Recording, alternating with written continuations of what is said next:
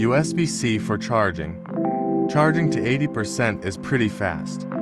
But after that, it's quite slow, almost 2 hours or more to get to 100% if using a USB-C to USB.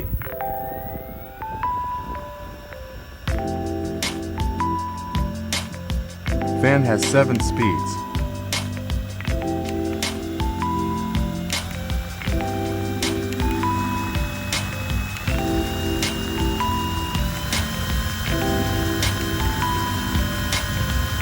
The fan lasts for quite a while at medium speeds. But in hot weather, you'll need to put the fan next to your face to feel the air.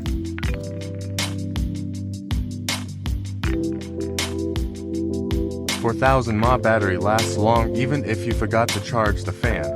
I usually charge it, leave it alone somewhere, and the fan still has battery. Really small hand strap, probably made for a raccoon or something.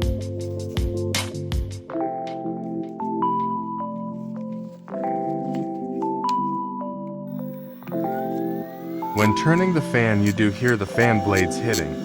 Not sure if mine came defective or not, but it doesn't really bother me, unless it breaks.